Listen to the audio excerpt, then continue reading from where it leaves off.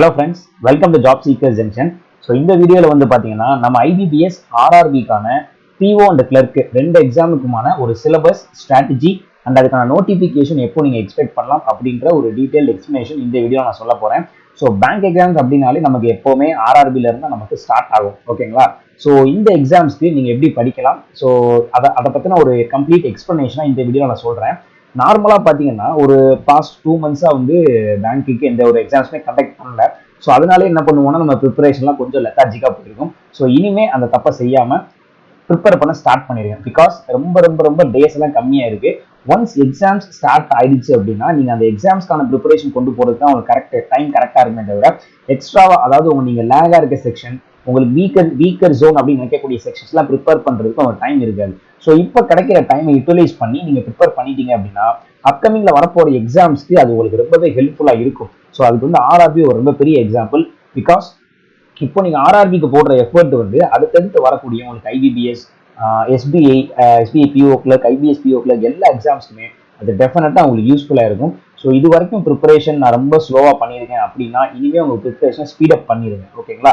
So நீங்கள் ஒரு பிகினராக இருந்தாலும் சரி, இல்லை நான் ஒரு மோர் தென் 2-3 இயர்ஸ்க்கு மேலே நான் படிச்சுட்டு இருக்கேன் அப்படின்னாலும் சரி, கண்டிப்பாக நான் சொல்லக்கூடிய இந்த விஷயங்கள் உங்களுக்கு ரொம்பவே யூஸ்ஃபுல்லாக இருக்கும். ஸோ வாங்க இப்போ என்னென்ன இந்த வீடியோவில் இருக்குன்றதை நான் உங்களுக்கு எக்ஸ்பிளைன் பண்ணிடுறேன். ஸோ ஃபர்ஸ்ட் ஆஃப் ஆல் நமக்கான நோட்டிஃபிகேஷன் 2024க்கு எப்போன்னு பார்த்தீங்கன்னா May 31 இருந்து June 1 வீக்குள்ள, அதாவது May 28னே வச்சுக்கோங்களேன். May 28 இருந்து June 1 வீக்ல நம்ம எக்ஸ்பெக்ட் பண்ணலாம். அதாவது கிட்டத்தட்ட பார்த்தீங்கன்னா அரௌண்ட் 10 to 12 டேஸ்க்குள்ள நமக்கு இந்த நோட்டிஃபிகேஷன் வர்றதுக்கான சான்சஸ் இருக்கு. ஸோ பிகாஸ் எதை வச்சு அப்படின்னு பார்த்தீங்கன்னா ப்ரீவியஸ் இயர்ல பார்த்தீங்கன்னா அதே தான் ஆகஸ்ட்ல 5th, 6th, 12th, 13th and 19th இந்த டேட்ல தான் வந்து எக்ஸாம்ஸ்லாம் ஸ்டார்ட் ஆயிருக்கு. ஸோ இதுக்கான நோட்டிஃபிகேஷன்ஸ் பார்த்தீங்கன்னா போன வருஷம் அதாவது நான் சொல்றது 2023ல May 31 நோட்டிஃபிகேஷன்ஸ் வந்து உங்களுக்கு வந்திருக்கு. ஸோ அந்த நோட்டிஃபிகேஷனுக்கு லாஸ்ட் டேட் பார்த்தீங்கன்னா ஒரு 21 டேஸ் கொடுத்துருக்காங்க. June 21 வரைக்கும் லாஸ்ட் டேட் இருந்திருக்கு. ஸோ அதுக்கப்புறம் ஜூலை ஒரு 1 month உங்களுக்கு கேப் இருக்கு. அதுக்கப்புறம் பார்த்தீங்கன்னா எக்ஸாம்ஸ்லாம் ஸ்டார்ட் ஆயிட்டு ஆகஸ்ட்ல இருந்து. ஸோ அதே மாதிரி தான் இந்த வருஷமும் பார்த்தீங்கன்னா ஆர்ஆர்பி பிஓ ப்ரிலிம்ஸ் எப்போ ஸ்டார்ட் ஆகுதுன்னா ஆகஸ்ட் 3rd 4thலேயே ஸ்டார்ட் ஆயிடுது. ஸோ சேம் அதே டைம் பீரியட்ல அவங்க ஸ்டார்ட் ஆகுது. ஸோ அதனால இந்த டைமும் உங்களுக்கு இதே டைம் பீரியட்ல நோட்டிஃபிகேஷன் வர்றதுக்கான சான்சஸ் நிறையவே இருக்கு, ஓகேங்களா? ஸோ இப்போ டேட்டை பத்தி நம்ம பார்த்துருவோம். ஆர்ஆர்பி பிஓ ப்ரிலிமினரி பார்த்தீங்கன்னா ஆகஸ்ட் 3 and 4th நடக்குது. அதே கிளர்க்கு பார்த்தீங்கன்னா 10, 17 and 18, அதாவது ஆல்டர்னேட்டிவா கான்சிக்யூட்டிவ் வீக்ல வந்து உங்களுக்கு பிஓ அண்ட் கிளர்க் ரெண்டுத்துக்கான ப்ரிலிமினரி எக்ஸாமினேஷனுமே அவங்க கண்டக்ட் பண்ணிடுறாங்க. ஸோ மெயின்ஸ் பார்த்தீங்க அப்படின்னா செப்டம்பர் மாதம் 29 பிஓ இருக்கு. ஸோ 7 days, அதே 7 days கேப்ல கிளரிக்கல் மெயின்ஸ், அதாவது October 6 வந்து உங்களுக்கு கிளரிக்கல் மெயின்ஸும் அவங்க வந்து கண்டக்ட் பண்றாங்க, ஓகேங்களா? ஸோ இந்த டேஸை கால்குலேட் பண்ணும்போதே உங்களுக்கு தெரிஞ்சுக்கணும் கிட்டத்தட்ட ஒரு 3-4 months தான் சாலிடா இருக்கிறது, அவ்வளவுதான். இப்போ மே, ஜூன், ஜூலை, ஆகஸ்ட், செப்டம்பர் இந்த 4 monthக்குள்ள உங்களுக்கு கம்ப்ளீட்டா எல்லா எக்ஸாம்ஸும் ஆர்ஆர்பிக்கான எக்ஸாம்ஸ் வந்து கம்ப்ளீட்டா முடிஞ்சிடும், ஓகேங்களா? ஸோ அதனால உங்களுடைய எஃபர்ட்டை ஸ்பீடப் பண்ணுங்க. எவ்வளவு சீக்கிரம் ப்ரிப்பேர் பண்ணி முடிக்க முடியும் படிச்சு வச்சுக்கோங்க. எக்ஸாம்ஸ் வந்ததுக்கு அப்புறம் ப்ரிப்பேர் பண்ணலாம் அப்படின்னு தயவு செஞ்சு வெயிட் பண்ணாதீங்க, ஓகேங்களா? டேஸ் பத்தி நான் சொன்னேன் இல்லையா? இப்போ எக்ஸாக்டா பாத்தீங்கன்னா ஆர்ஆர்பி பிஓ ப்ரிலிமினரிக்கு பாத்தீங்கன்னா ஒரு 76 days இருக்கு கரெக்டா. கிளர்க்குக்கு பாத்தீங்கன்னா ஒரு 83 days இருக்கு. அதுவே பிஓ மெயின்ஸுக்கு பாத்தீங்கன்னா ஒரு 133 days அண்ட் கிளர்க்குக்கு பாத்தீங்கன்னா ஒரு 140 days இருக்கு. ஸோ டேஸ்ன்னு நம்ம கனெக்ட் பண்ணும்போது பார்த்தா பரவாயில்ல, மெயின்ஸுக்கு வந்து 100+ days இருக்கு, ப்ரிலிம்ஸுக்கு நிறையவே டேஸ் இருக்கு அப்படின்னு நமக்கு தோணும். பட் நான் அடுத்து காட்ட போற ஸ்லைடை பாத்தீங்க அப்படின்னா உங்களுக்கே புரியும். ஆர்ஆர்பி பொறுத்த வரைக்கும் நமக்கு மிகப்பெரிய தலைவலியா இருக்கக்கூடியது வேகன்சி தான். ஏன்னா லாஸ்ட் இயர் பார்த்தீங்கன்னா ஆர்ஆர்பி பிஓல மொத்தமே 33 வேகன்சி தான். அதுலேயும் ஓபிசி, இடபிள்யூஎஸ், எஸ்சிஎஸ்டி எல்லாம் பார்த்தீங்கன்னா சிங்கிள் டிஜிட்ல இருக்கு வேகன்சி. ஸோ இப்போ வரப்போற வேகன்சிஸ் ரொம்ப ரொம்ப கம்மியா இருக்கு. ஸோ மேபி இந்த வருஷம் வரப்போற வேகன்சிஸ் இதை விட அதிகமா இருக்கும் அப்படின்னு நம்ம நம்புவோம். மேபி இருக்க சான்சஸ் இருக்கு. கிளரிக்கலும் பார்த்தீங்கன்னா வந்து 171 வேகன்சிஸ் தான். பட் பாஸ் ஆன நான் ஒரு சில ஃப்ரெண்ட்ஸ் ஸ்டூடெண்ட்ஸ்கிட்ட கேட்கும்போது அவங்க என்ன சொல்றாங்க அப்படின்னா நம்பர் ஆஃப் வேகன்சி 171 தான். கிளர்க்ல நான் ஒரு 2 பேர்கிட்ட பேசியிருந்தேன் ஃப்ரெண்டு. அவங்க சொன்னது வந்து பட் உள்ள ரெக்ரூட் பண்ணது இதை விட அதிகமாக தான் எடுத்திருக்காங்க அப்படின்ற மாதிரி சொன்னாங்க. பட் நமக்கு அது எந்த அளவுக்கு உண்மைன்றது தெரியல. பட் வேகன்சிஸ் பார்த்து பயப்படாதீங்க. எவ்வளோ வேகன்சி கொடுத்தாலும் நம்ம அதுக்குள்ள எப்படி செலக்ட் ஆகுறது அப்படின்றதுல தான் நம்ம ஃபோக்கஸ் இருக்கணும். ஸோ இப்போ சொல்லுங்க, இந்த வேகன்சிஸ்க்குள்ள நம்ம வரணும் அப்படின்னா இந்த டேஸ் வந்து நமக்கு நாட் எனஃப், ஓகேவா? ஸோ நீங்க ஒரு பிகினரா இருக்கீங்க அப்படின்னாலுமே இந்த டேஸ் உங்களுக்கு more enough to crack the exam. நீங்க ஒரு நாளைக்கு வந்து அப்ராக்சிமேட்டா ஒரு 10 to 12 hours நீங்க ப்ரிப்பேர் பண்றீங்க கண்டினியூஸா அப்படின்னா தாராளமா இந்த டேஸ்க்குள்ளேயே நீங்க எக்ஸாம்ஸை கிளியர் பண்ண முடியும்.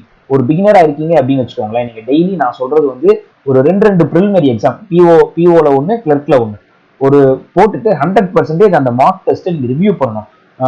மார்க் டெஸ்ட்டை பொறுத்த வரைக்கும் நீங்க எந்த அளவுக்கு ப்ராக்டிஸ் பண்றீங்களோ அதை விட அதை ரிவ்யூ பண்ணும்போது தான் உங்களுக்கு வந்து நிறைய கண்டென்ட், நிறைய வந்து ஷார்ட்கட்ஸ் நீங்க தெரிஞ்சுக்க முடியும், நிறைய நிறைய சம்ஸை வந்து நீங்க சால்வ் பண்ணி ப்ராக்டிஸ் பண்ணிக்க முடியும். ஓகேங்களா? ஸோ மார்க் டெஸ்ட் போடுறத விட அதை ரிவ்யூ பண்ணி ப்ராக்டிஸ் பண்ணிக்கோங்க. அண்ட் மெயின்ஸ்ல வந்து நீங்க ஃபுல் மெயின்ஸ் போட முடியாது அப்படின்னா ஒரு செக்ஷனல், ஏதாவது ஒரு செக்ஷனல் எடுத்து ஒரு டிஐயோ ஆர்டி எடுத்தீங்கன்னு வச்சுக்கோங்களேன், அதுல ஒரு டிஐ அல்லது அப்ளிகேஷன் பேஸ்டு டிஐ, அதே மாதிரி ரீசனிங் எடுத்துட்டீங்க அப்படின்னா அதுல ஒரு பசில் சால்வ் பண்ணி பாருங்க, மெயின்ஸ் லெவல் பசில் சால்வ் பண்ணி பாருங்க, குவான்டிட்டி பேஸ்டு சம் சால்வ் பண்ணி பாருங்க, ஸ்டேட்மெண்ட் அண்ட் கன்க்ளூஷன் நிறைய இருக்கு. ஏன்னா மெயின்ஸை பொறுத்த வரைக்கும் இப்போ ஸ்டேட்மெண்ட் கன்க்ளூஷன், டேட்டா சஃபிஷியன்சி இது நிறைய வருது. ஸோ அதனால அதெல்லாம் நிறைய ப்ராக்டிஸ் பண்ணிக்கோங்க. பிகினருக்கு நான் சொல்றேன். ஓகேங்களா? நீங்க வந்து ஒரு மோர் தென் 2 இயர்ஸ் 3 இயர்ஸ்க்கு மேலே நான் ப்ரிப்பேர் பண்ணிட்டு இருக்கேன், இன்னும் நான் கிளியர் பண்ணல அப்படின்னு நீங்க நினைச்சீங்கன்னா ப்ரிலிமினரியா டெஃபினட்டா உங்களுக்கு ஈஸியா தான் இருக்கும். ஸோ எக்ஸாம்ஸ், அதாவது அட்மிட் கார்டு வந்து ஒரு 20 டேஸ் 2 டெஸ்ட்டா நீங்க ப்ராக்டிஸ் பண்ணீங்கனாலே ப்ரிலிம்ஸ் ஈஸியா நீங்க கிராக் பண்ணிடலாம். பட் மெயின்ஸை பொறுத்த வரைக்கும் இப்போல இருந்து நீங்க ப்ராக்டிஸ் பண்ணிட்டீங்க அப்படின்னா உங்களுக்கு அது வந்து ரொம்பவே ஹெல்ப்ஃபுல்லா இருக்கும் எக்ஸாம் டைம்ல. ஓகேங்களா? ஏன்னா அப்போ வந்து நீங்க ப்ராக்டிஸ் மட்டும் பண்ணா போதும், புதுசு எதுவும் கத்துக்க முடியாது. அதனால சொல்றேன், மெயின்ஸுக்கு இப்போல இருந்தே நீங்க ப்ராக்டிஸ் பண்ணிடுங்க. நீங்க மோர் தென் ஒரு 2-3 இயர்ஸ்க்கு மேல ப்ரிப்பேர் பண்றீங்க அப்படின்னா, ஏன்னா ப்ரிலிம்ஸ் நீங்க ஈஸியா கிளியர் பண்றதுக்கான சான்சஸ் இருக்கு. அதனால மெயின்ஸுக்கு ஃபுல் ஃபோக்கஸா நீங்க இறங்கிடுங்க. ஓகேங்களா? கிளரிக்கல் பொறுத்த வரைக்கும் பாத்தீங்கன்னா கட் ஆஃப் வந்து இப்போ 80 மார்க் அப்படின்னா, ஓகே, மார்க்கை பத்தி நம்ம அடுத்த ஸ்லைட்ல சொல்லுவோம். இப்போதைக்கு ப்ரிலிம்ஸ் அண்ட் மெயின்ஸுக்கு இவ்வளவு டேஸ் இருக்கு. ஸோ அதுக்கான உங்களுக்கான ஒரு பிளான் சார்ட் நீங்க போடுங்க. ஸோ எவ்வளவு வந்து நீங்க எந்த செக்ஷன் நீங்க ஸ்ட்ராங்கு, எந்த செக்ஷன் நீங்க வீக்கா இருக்கீங்க, இதெல்லாம் நீங்க ஒரு அனலைஸ் பண்ணி ஒரு ஃபுல் டேட்டா பேஸ், ஒரு சார்ட் நீங்க போடுங்க. நீங்க போட்டு எந்தெந்த டாபிக்கை எந்தெந்த டேஸ்ல படிக்கணும், என்னென்ன படிக்கணும்னு ப்ரிப்பேர் பண்ணி பிளான் பண்ணி படிச்சீங்கன்னா டெஃபினட்டா கிராக் பண்ணி இந்த வருஷம் நீங்க போஸ்டிங் வாங்கிடலாம். ஓகேங்களா? ஸோ அடுத்து பார்த்தோம் அப்படின்னா இதுதான் பேட்டர்ன். பிஓ கிளர்க்கு ரெண்டுத்துக்குமே ஆர்ஆர்பியை பொறுத்த வரைக்கும் ஒரே பேட்டர்ன் தான். ஃபர்ஸ்ட் பார்த்தீங்கன்னா reasoning section and RT section. Time வந்து உங்களுக்கு காம்போசிட் டைம் தான். நீங்க ஃபர்ஸ்ட் எந்த செக்ஷனை வேணா நீங்க ஓப்பன் பண்ணி நீங்க அட்டன் பண்ணலாம். ஓகேவா? ஸோ நம்பர் ஆஃப் கொஸ்டின் பார்த்தீங்கன்னா ரீசனிங்ல 40 கொஸ்டின் 40 மார்க், ஆர்டில 40 கொஸ்டின் 40 மார்க், டோட்டல் 80 மார்க் வைப்பாங்க. ஸோ இதுல பிஓக்கும் கிளர்க்குக்கும் உள்ள டிஃபரன்ஸ் என்ன அப்படின்னு பாத்தீங்கன்னா அந்த டஃப்னஸ் லெவல் தான். கிளர்க்கு வந்து ரொம்ப ஈஸியா இருக்கும். நீங்க 80 அவுட் ஆஃப் 80 கொஸ்டின்ஸ் நீங்க தாராளம் அடிக்கலாம், அந்த லெவல்ல தான் உங்களுக்கு இருக்கும். பிஓ வந்து அதை விட கொஞ்சம் டஃப்னஸ் லெவல் ஜாஸ்தியா இருக்கும், அவ்வளவுதான், பெரிய டிஃபரன்ஸ்லாம் இருக்காது.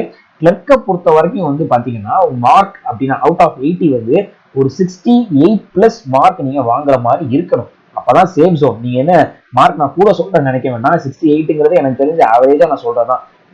ப்ரீவியஸ் இயர்ல நீங்க கட் ஆஃப் மார்க்ல எடுத்து பாத்தீங்கன்னா உங்களுக்கு 65+ கண்டிப்பா இருக்கும். நான் பிகினர் அதனால வர அவ்வளவு மார்க் எடுக்க முடியாது அவங்க தயவு செஞ்சு நினைக்க வேண்டாம். கண்டினியூஸ்லி, அதாவது கன்சிஸ்டன்சின்னு சொல்லுவாங்க இல்லையா, அந்த கன்சிஸ்டன்சியை நீங்க ப்ராக்டிஸ் பண்ணிட்டே இருந்தீங்கன்னா டெஃபினட்டா அந்த மைல் ஸ்டோனை நீங்க ரீச் பண்ண முடியும்.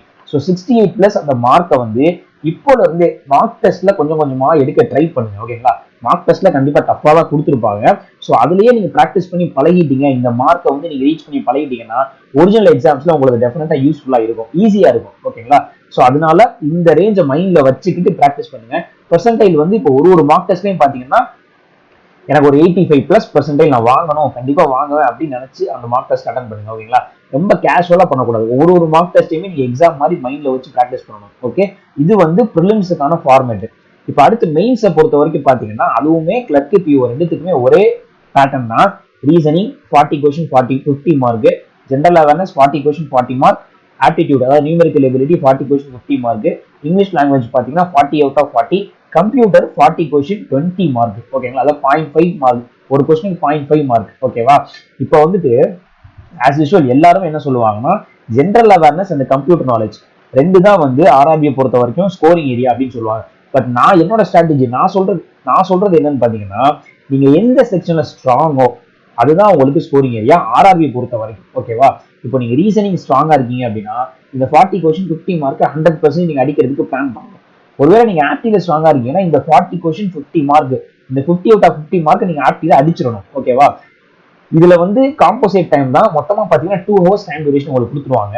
இதுல selection of question and time duration இதுதான் ரொம்ப முக்கியம். இப்போ நார்மலா பாத்தீங்கன்னா ஜென்ரல் அவேர்னஸ்க்கும் கம்ப்யூட்டர் நாலேஜுக்கும் ஈஸி அப்படின்னா 15 நிமிஷம் நீங்க ஒதுக்குனீங்கன்னா போதும், இந்த 40 கொஸ்டின் அசால்ட்டா அடிச்சிடலாம். 15 நிமிஷம்ன்றது நான் ரொம்ப ஹையஸ்டா சொல்றேன். இப்போ நான் சொன்ன மாதிரி ரொம்ப வருஷமா ப்ரிப்பேர் பண்றவங்க பாத்தீங்கன்னா 10 to 12 நிமிஷம், அதுவே ஜாஸ்தி தான். 10 நிமிஷம், அதாவது ஜென்ரல் அவேர்னஸ்க்கு 10 நிமிஷம் எடுத்துப்பாங்க, கம்ப்யூட்டருக்கு 10 நிமிஷம் எடுத்துப்பாங்க. எல்லா கொஸ்டின் அடிச்சு முடிச்சுட்டு ரீசனிங்க்கு 1/2 hour, ஆப்டிக்கு 1/2 hour, ஜென்ரல் அவேர்னஸ் இங்கிலீஷ்க்கு ஒரு 20-25 மினிட்ஸ் கொடுப்பாங்க. ஓகேவா? இதுல வந்து செலக்ஷன் ஆஃப் கொஸ்டின் முக்கியம். சில டைம் பாத்தீங்கன்னா ரீசனிங் ஈஸியா கேட்டுட்டு ஆப்டியை கஷ்டமா வச்சிருவான். அப்ப நீங்க என்ன பண்ணணும், ரீசனிங்ல கம்மி டைம்லயே அதிகமான அட்டம் கொடுக்க பார்க்கணும், ஆப்டிடியூடுக்கு அதிகமான டைமை ஸ்பெண்ட் பண்ணி நிறைய மார்க் எடுக்க பார்க்கணும். ஓகேங்களா? ஸோ அந்த டைம்ல எந்த கொஸ்டின் ஈஸி, எந்த கொஸ்டின் கஷ்டம் அப்படிங்கறத நீங்க தான் டிசைட் பண்ணி பண்ணணும். ஸோ இப்போ பாத்தீங்கன்னா நம்மளால ப்ரிடிக்ட் பண்ண முடியாது, இதான் கேட்கறான் அதான் கேட்கறான் அப்படின்னு சொல்ல முடியல. ஏன்னா ஜென்ரல் அவேர்னஸ் எல்லாம் பாத்தீங்கன்னா மரண கொடூரமா கேட்டு வைக்கிறான். அதனால அந்த 15 மினிட்ஸ் நான் சொன்னேன் இல்லையா, அதுக்குள்ள நீங்க ஜென்ரல் அவேர்னஸ் அடிக்கணும் அப்படின்னா அந்த அளவுக்கு நீங்க ஹார்ட் கோரா நீங்க ப்ரிப்பேர் பண்ணிருக்கணும். அப்பதான் பார்த்த உடனே கிளிக் பண்ணி ஆன்சர் கிளிக் பண்ணிட்டு அடுத்த கொஸ்டின் போறதுக்கு உங்களுக்கு கரெக்டா இருக்கும். அங்க போய் உட்காந்து யோசிச்சுட்டு இருந்தீங்கன்னு வச்சுக்கோங்களேன், ஜென்ரல் அவேர்னஸ்க்கு அடுத்த ரீசனிங்கோ ஆப்டியோ போடுறதுக்கு நம்ம டைம் இருக்காது. அதனால அந்த டைமை கரெக்டா பிரிச்சு நீங்க ஒவ்வொரு செக்ஷனுக்கும் கொடுத்து கரெக்டா அட்டன் பண்ணிட்டீங்க அப்படின்னா கம்பேரிட்டிவ்லி, அதாவது மற்றவங்களை கம்பேர் பண்ணும்போது உங்க மார்க் வந்து டிராஸ்டிக்கா இம்ப்ரூவா இருக்கும், நிறையவே வந்து மார்க் வந்து சேஞ்ச் ஆயிருக்கும். ஓகேங்களா? ஸோ அடுத்து பார்த்தீங்க அப்படின்னா உங்களுக்கு இன்னொரு விஷயம், மெயின்ஸை பொறுத்த வரைக்கும் ஃபுல் லென்த் என்னால் உட்காந்து போட முடியல அப்படின்னு பார்த்தீங்கன்னா செக்ஷனல் போட்டுருவாங்க நீங்க. ஓகேங்களா? நிறைய வெப்சைட்ல வந்து பிடிஎஃப் நிறைய இருக்கு. அது போக நான் கெரியர்ஸ் க்ளவுட் ஆப் சொல்லியிருக்கேன் முன்னாடியே. கெரியர்ஸ் க்ளவுட் ஆப்னு ஒரு இது, நம்ம அஃபேர்ஸ் க்ளவுடோட ஆப் தான் கெரியர்ஸ் க்ளவுட். அதுல பார்த்தீங்கன்னா ஃப்ரீ பிடிஎஃப் உங்களுக்கு நிறையவே ப்ரொவைட் பண்றாங்க. ஸோ அதுல வந்து ரீசனிங் இருக்கு, கம்ப்யூட்டர் இருக்கு, நியூமரிக்கல் எபிலிட்டி இருக்கு. ஸோ இது எல்லாமே நீங்க அதுலயும் ப்ரிப்பேர் பண்ணிக்கலாம். ஓகேங்களா? கம்ப்யூட்டருக்குலாம் பாத்தீங்கன்னா நீங்க போடுற மார்க் டெஸ்ட்ல இருக்கிற அந்த 40 கொஸ்டின்ஸை வந்து கம்ப்ளீட்டா படிச்சுக்கோங்க. அது போக அந்த அரிகன் பிடிஎஃப்னு சொல்லுவாங்க, அந்த பிடிஎஃப் கம்ப்யூட்டர் நீங்க படிச்சுக்கிட்டீங்கனாலே ஆல்மோஸ்ட் எல்லா கொஸ்டின்ஸும் நீங்க அட்டன் பண்ணிடலாம். ஸோ மெயின்ஸுக்கு போறதுக்குள்ள என்னுடைய சஜஷன் வந்து என்னன்னா, அந்த மெயின்ஸ் அட்மிட் கார்டு வந்ததுக்கு அப்புறம் கிட்டத்தட்ட பாத்தீங்கன்னா ஒரு 15 மார்க் டெஸ்ட், அது மெயின்ஸ் மார்க் டெஸ்ட் நீங்க போட்டிருக்கணும். ஏன்னா இப்ப பாத்தீங்கன்னா பிஓலே 10 ஒரு டெஸ்ட் பேக்கேஜ் நீங்க வாங்குறீங்கன்னா பிஓலே 10 மார்க் டெஸ்ட் இருக்கும், கிளர்க்லேயே 10 மெயின்ஸ் மார்க் டெஸ்ட் இருக்கும். ஸோ இது போக நீங்க வேற ஒரு எக்ஸ்ட்ராவா ஒரு வெப்சைட் வாங்கிக்கோங்க, அதுல ஒரு 10 மார்க் டெஸ்ட் இருக்கும். இந்த 40 மார்க் டெஸ்ட் மெயின்ஸுக்கும் நீங்க போட்டுட்டு நீங்க அதை ரிவ்யூ பண்ணி 100% ப்ரிப்பரேஷனோட போனீங்கன்னா டெஃபினட்டா நீங்க கிராக் பண்ணிடுவீங்க எக்ஸாம்ஸ். ஓகேவா? ஸோ நமக்கு வந்து டைம் இருக்கு, படிக்கிறதுக்கான சோர்ஸ் இருக்கு. ஸோ நம்ம எப்படி எஃபர்ட் போடுறோன்றத பொறுத்து தான் நம்மளுடைய சக்சஸே இருக்கு. ஓகேங்களா? ஸோ எவ்வளோக்கு எவ்வளோ ஹார்ட் கோரா நீங்க ப்ரிப்பேர் பண்ண முடியுமோ ப்ரிப்பேர் பண்ணுங்க. இந்த வருஷம் கண்டிப்பா போஸ்டிங் அடிச்சிடலாம். All the very best. Thank you.